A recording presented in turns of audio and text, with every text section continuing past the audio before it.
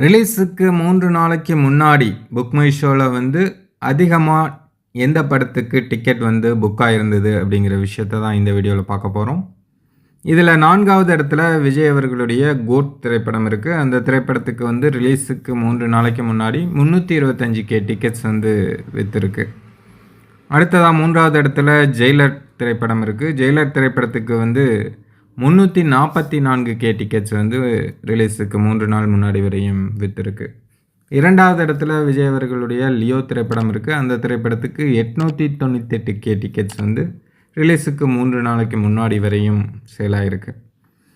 அடுத்ததா ஃபர்ஸ்ட் இடத்துல யார் இருப்பாங்க? அதுவும் தலைவர் தான். சூப்பர் ஸ்டார் ரஜினிகாந்த் அவர்களுடைய கூலி திரைப்படம் தான் ஃபாஸ்டஸ்டா 1 மில்லியன் டிக்கெட்ஸை வந்து புக் மை ஷோல வந்து சோல்ட் ஆயிருக்கு. கூலி திரைப்படத்துக்கு இருக்கிற எதிர்பார்ப்புக்கு இன்னுமே இந்த திரைப்படம் வந்து ஒரு மிகப்பெரிய வசூல் மழை பொழியும் அப்படிங்கிறதுல எந்த விதமான டவுட்டுமே கிடையாது.